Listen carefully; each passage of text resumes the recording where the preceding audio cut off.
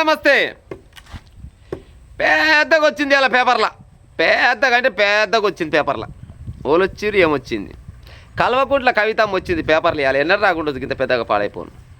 మరి ఏమెక్కడికి వచ్చింది, ఎందుకు వచ్చింది, ఏం చెప్తుంది అన్నీ చెప్పే ప్రయత్నం చేస్తా. ఎక్కడ తప్పు చెప్పే ప్రయత్నం అయితే చేయ, ఈయన ప్రయత్నం అయితే చేయరు. మీరు ఎక్కడ తప్పు చెప్పినా బరాబర్గా కామెంట్ పెట్టుది. బీఆర్ఎస్కు నైతికత లేదు. నైతికత అంటే అర్థమైంది ప్రజలారా? నీతి నిజాయితీ అనేది లేనే లేదంట బీఆర్ఎస్ పార్టీకి. ఇంత ఆవగింజంతా కూడా నీతి నిజాయితీ అనేది లేదంట. అలా డిక్షనరీలో లేనే లేదంట. పాడైపోను. ఇది నేను చెప్పే ముచ్చట కాదు, స్వయాన కేసీఆర్ గారి బిడ్డ చెప్పిన ముచ్చటే ఈ ముచ్చట. బీఆర్ఎస్ పార్టీకి నీతి నిజాయితీలు లేవు. సరే, నీతి నిజాయితీ ఎట్టట లేదు, ఆమె ఏమన్నది, ఎందుకు ఏడ్చింది, ఏం కథ అంతా చెప్పే ప్రయత్నం చేస్తా. కానీ చెప్పే ముందర ఆమన్న ముచ్చట ఒక ముచ్చట గుర్తు చేసి వీడియో చాలు చేస్తా. అయితే 2013, 2014 అంట.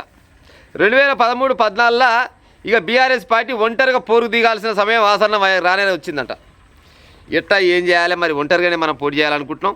ఇక మనం చేస్తే అంటే రాష్ట్రం మొత్తం మన దగ్గరకు వస్తుంది అనుకొని ఈ గుమ్మాయ జక్కాయ పెద్ద పెద్దలు అంతా గుడిది కదా.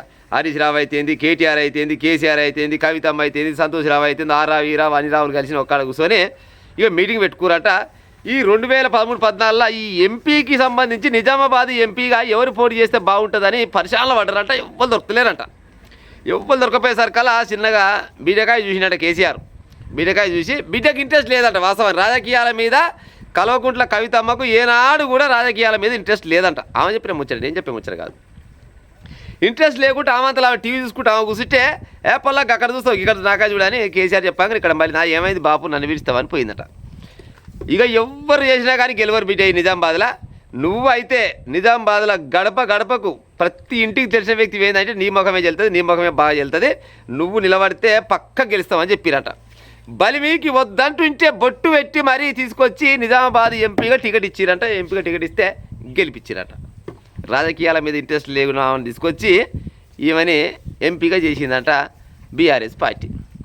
ఇది ఎంతవరకు నిజం కావచ్చు ప్రజలారా? కల్వకుంట్ల కవితమ్మకు కానీ, వాళ్ళ అయ్యకు కానీ, అన్నకు కానీ, బావకు కానీ రాజకీయం మీద ఇంట్రెస్ట్ లేకుండా ప్రజలే తీసుకొచ్చి కూసబెట్టొచ్చురా వీళ్ళని. ఇంత బోర్సోతు మాటలు చెప్పితే ఎట పాడైతే చెప్పురిగా. ఈమెకంటే ఇంట్రెస్ట్ లేకున్నా కూడా పిలిపించి మరి సీట్లో కూర్చోబెట్టి గెలిపించిరంట. ఈమె ముఖం చూసి ఏమైతేనే గెలుస్తా అనుకొని గెలిచిన. ఈమె లేకుంటే ఎవరు ఉన్నా కానీ గెలవపోవునట. ఇట్లా ఉంది ఇలా కథ. ఇప్పుడు సిగున్నామంటే ఏ కొప్పేషన్ నడుస్తుంది. ఇప్పుడు ఇలా ఏదన్నా నడిచిపాడవుతుంది. ఇక వేరే వాళ్ళు అయితే నడుస్తుంది. ఇట్లా ఈ తెలంగాణ రాష్ట్రంలో ఇంకా ఎవరన్నా కానీ నీ ముఖానిక నువ్వు వచ్చి కాళ్ళేళ్ళు పట్టుకుంటే టికెట్ ఇచ్చినమంటారు. కానీ ఈమె ఏదన్నా నష్టం లేదు. ఆల్రెడీ నేను అప్పటి రకాల ఫ్లైట్ టికెట్ బుక్ చేసుకొని ఇంకొక క్షణాన విమానం ఎక్కి అమెరికా ఆస్ట్రేలియాకి పోదాం అనుకునే సమయంలో నన్ను బతిలాడి కాళ్ళేళ్ళు పట్టుకొని టికెట్ ఇస్తే నేను ఆగినా అని చెప్పినా కూడా ఆశ్చర్యం అయితే ఏమి లేదు. గట్ట ఉందా ముచ్చట. ఉద్యమ సమయంలో ఎన్నో పోరాటాలు చేశావు కొడుక, చిన్న పోరాటాలు చేయలేమే. ఇంకా జాగృతి ద్వారా యువత మహిళలను ఆకర్షించా. తెలంగాణ బిల్లుకు ముందు ఢిల్లీలో ఆస్కార్ ఫెర్నాండెజ్తో కేసీఆర్కు భేటీ ఏర్పాటు చేసి ఇచ్చింది నేనే, ఈవెనే చేసి ఇచ్చిందంట. ఇంకా ఉద్యమ సమయంలో కుటుంబాన్ని వదిలి మరీ కష్టపడ్డదట. పాపం ఏం కష్టం అంటారు, చిన్న కష్టపడ్డా. అది తెలంగాణ రాష్ట్రంలో ఈమె వీళ్ళయ్య వీళ్ళన్న వీళ్ళ బావ వీళ్ళంత కష్టం ఎవడు పడకుండా పాడైపోను. ఎవరు పడ్డారు, ఎవడు వల్లే. ఇంకా తెలంగాణ వచ్చిన వెంటనే నాపై ఆంక్షలు మొదలుపెట్టారు. నాపైన కక్ష కట్టి కుట్రలు చేసి బయటకు పంపారు. అవమాన భారంతో అన్ని బంధాలు తెంచుకొని వచ్చా.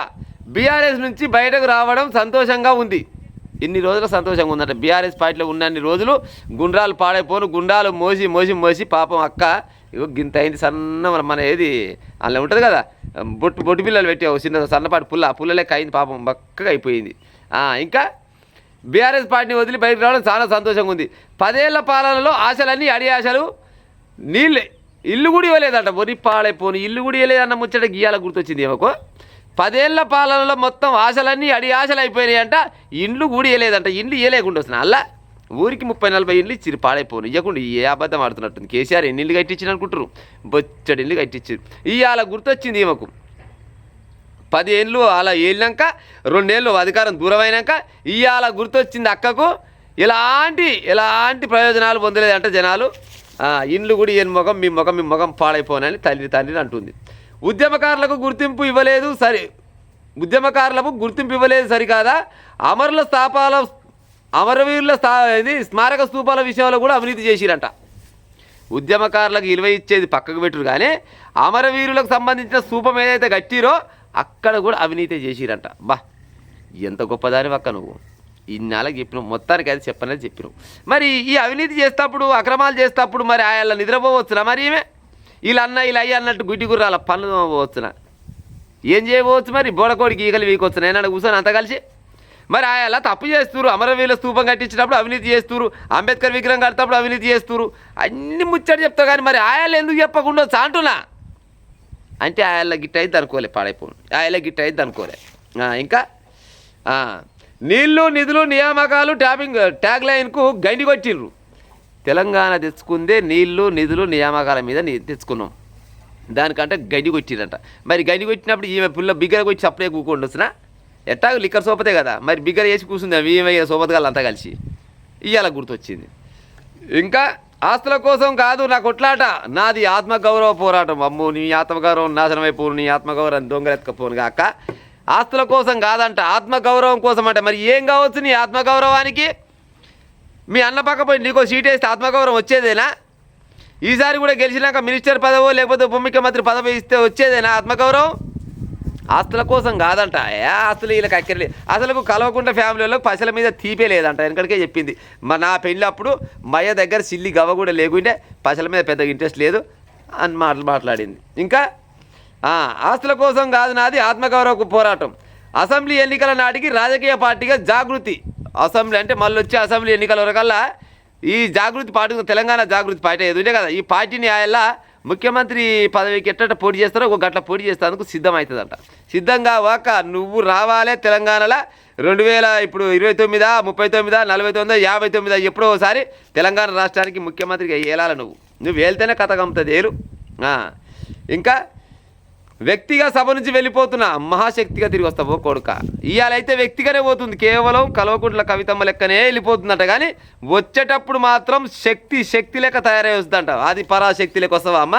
దేవుని భజన చేసేది ఉంటుంది తప్ప ఏముండదు ముచ్చట. కానీ ఇంకా మండలి వేదికగా కవిత వ్యాఖ్యలు కంటతడి పెట్టుకుంది. కంటతడి వచ్చేదనే మరి ఏమక్కడికి ఏడుస్తున్నావు, ఎందుకు ఏడుస్తున్నావు, ఎంత బాధ వచ్చి పాడైందో, మరి ఎన్ని ఇబ్బందులు పెట్టిరు. అయినా కూడా ఆడపిల్లని నేర్పిస్తారా కేసీఆర్? నీ పాడైపోయిన సిగ్గుండాలి మీకు, నీ కానీ మీ కొడుకైనా మీ అల్లునికైనా కానీ. ఇంకా తెలంగాణలో ఏం పెద్ద మాట అన్నది అనొచ్చునా నేను? మరి అంటే మరి అన్న ముచ్చటే కదా. తెలంగాణలో ఏం బీకి పడేసినవని టీఆర్ఎస్ని కొనపోయి బీఆర్ఎస్లో కలిపినావు కేసీఆర్ అన్నది ఆయనతో మాట కూడా అన్నది. ఖాతం అయిపోయినా కేసీఆర్ పైన ధ్వజం ఎత్తేసింది. తెలంగాణలో టీఆర్ఎస్ పార్టీని తీసుకుపోయి బీఆర్ఎస్ పార్టీ పెట్టినవు, మరి పెట్టాల్సిన పనే ఉంది. తెలంగాణలో 7 పనులు అన్నీ ఉండే, మరి తెలంగాణలో ఏం పీక్ కట్టలు కట్టినవని పోయి టీఆర్ఎస్ని కొనపోయి బీఆర్ఎస్లో వేసినవని అన్నది. ఆయనతో మాట కూడా అన్నది. ముసలోడు పాడైపోను కూడుగా బట్టి సచ్చకాలం వచ్చిందిలా. నిజంగా కూడా ఇన్ని రకాలుగా అనుకోకుండొచ్చు. నేను పెంచిన ఇత్తనం, నేను తయారు చేసిన ఏది ఈ తుపాకి నన్నే కాల్చుదా అనుకొని ఎన్నడూ కూడా అనుకోకుండొచ్చు పాడైపోను. కానీ మరి ఈమె మరి కరెక్ట్ చెప్పినట్ట తప్పు చెప్పినట్ట ప్రజలారిగా. ఒకవేళ నిజం చెప్పింది అనుకో, నిజమే చెప్పితే ఇన్ని రోజులు దాకా ఎందుకు దాస్తున్నట్టు? అబద్ధం చెప్పింది అనుకుందాం. అబద్ధం చెప్తే మరి వాళ్ళెందుకు నోరు మూసుకుంటున్నట్టు? ఏది మన బుగ్గల షూటర్ ఉండు కదా, బబుల్ షూటర్ బుగ్గల షూటర్ అంటారు. మరి బుగ్గల షూటర్ బతకే లేకుండా పోయాడు. అసలు ఒక్క మాట ఒక్కసారి కాకుంటే ఒక్కసారి కూడా అంటలేడు. మరి ఏమక్కడికి అంట లేకుండా మరి వీళ్ళంతా అంటే కల్వకుంట్ల కవితమ్మ చెప్పిన ముచ్చట్లన్నీ అక్షర సత్యం అన్నట్టే లెక్క. అక్షర సత్యం అన్నట్టేగా లెక్క. అందుకోసమని నోరు మెరుస్తలేరు వాళ్ళు. క్లియర్గా చెప్తుంది ఆమె. ఇక ఎంత ముద్దుగా చెప్తుంది. 10 ఏళ్ల పాలనలో ఆశలన్నీ అడి ఆశలైనాయి, ఇండ్లు కూడా ఇవ్వలేదు. ఆశలన్నీ అడి ఆశలు అయ్యేటట్టు చేసింది వాళ్ళంటే వీళ్ళంతనే. మరి ఆయన అధికార మదం ఎక్కి ఉన్నారు, అధికారం నా దగ్గర ఉందని. అయితే వీళ్ళు ఏమనుకురంటే 3వసారి ముచ్చం మళ్ళీ కూడా మేమే గెలుస్తాం, ఏహమ్మ ఏటిగా వీక్తోడు ఓడున్నాను అనుకురు. పాడైపోను. తెలంగాణ ప్రజలు మొత్తం తెలిగి మళ్ళీ మంచిగా గుద్దిరాడు. గుద్దితే ఒక ఆయన పామలో పడ్డాడు, ఒక ఆయన కార్ల పంచాలో పడ్డాడు, ఈమెనేమో సారా పంచాల ఢిల్లీలో పడ్డది. చివరికి అంతమల్ల కలిసేసరికల్లా ఇక ఇప్పుడు ముసలికా నీళ్ళు కాల్చుకుంటా గండబోర్లు పెట్టుకుంటే ఏడు పెడుతుంది. మరి నువ్వు ఏడు పేడిస్తే సరే ఎక్కిరిచ్చే అంత నాకు అవసరమే ఉంది. కానీ ఏడుస్తున్నావు, ఏమెక్కడికి ఏడుస్తున్నావు? ఏమెక్కడికి ఏడుస్తున్నట్టు? మళ్ళీ ఏమనంటే ఆస్తి నాకు అక్కర్లేదట్టు. మరి ఆస్తి అక్కర్లేదా? మరి ఆత్మగౌరవం అంటే మరి నీ ఆత్మగౌరవానికి ఏం దెబ్బతీసిరు అంటే అన్నకు అన్నకు సోపతిగా సరైన పదవి ఇయ్యలేదనే ఉద్దేశంతో ఈ ముచ్చట చేస్తున్నారు. అందుకోసమే కేసీఆర్ ఇకనైనా మేల్కొని ఆ అసెంబ్లీకి వచ్చే ఉపాయం చేసి ఈమె అడిగిన ముచ్చట్లకే, జనాలు అడిగిన ముచ్చట్లకి ఏం చెప్పగానే కేవలం కల్వకుంట్ల కవితమ్మ అన్న మాటలకే సమాధానం చెప్పు. నెక్స్ట్ సార్ నేను ముఖ్యమంత్రి చేస్తారు. ఆమెనే అన్నది కదా సామాజిక తెలంగాణ రాలేదు ఎందుకు రాలేదో చెప్పు. ఇండ్లు అందరికీ ఇయలే అన్నారు, ఏమక్కడికి ఇయలేదని చెప్పు. అంబేద్కర్ విగ్రహం ఇంత పెద్ద కట్టినట్టు అంబేద్కర్ గారి విగ్రహాన్ని, మరి అంబేద్కర్ గారి విగ్రహం వల్ల ఎన్నో అవినీతి జరిగినట్ట, మరి ఏమేమి అవినీతి జరిగిందో చెప్పు. అమరవీరుల స్తూపం కట్టినట్టు దానికి రూపాయలు అవినీతి జరిగిందట, మరి ఏమక్కడ జరిగింది బిడ్డ, ఎట్టడి చెప్తున్నావు పాడైపోను, నువ్వు న్యాయమడి తెలియవు బిడ్డ అని మరి అడగనని అడుగు. ఇంకా అవన్నీ చెప్పి జనాలకు వస్తే జనాలు ఆశీర్వదిస్తారు. లేకపోతే ఒకటే గిట్టే వస్తూనే ఉంటాయి. ఈయనకంట ఇంకెంత ముందు ఈయన గుత్తాసుకేంద్ర రెడ్డి ఈయనకు పాడైపోయి పెద్ద మనిషి ఆయన ముందు మీద తప్పినట్టు ఏమంటుండు గుత్తాసుకేంద్ర రెడ్డి. రాజీనామాపై పునరాలోచించుకోండి, కవితకు మండలి చైర్మన్ గుత్తాసుకేంద్ర రెడ్డి సూచనట్టు. ఇంకెందుకు అన్ని ఆలోచించే ఆ పని చేసుకొచ్చింది. మళ్ళీ ఇంకా పోయేటామని మళ్ళీ ఎందుకు పట్టుకొస్తారు చెప్పురి. పెద్దలారా పేపర్లో వచ్చిన ముచ్చట చెప్పినా, జనాలు అనుకున్న ముచ్చట చెప్పినా, నేను అనుకున్న ముచ్చట ఏం కాదుగా ఉంటా మరి.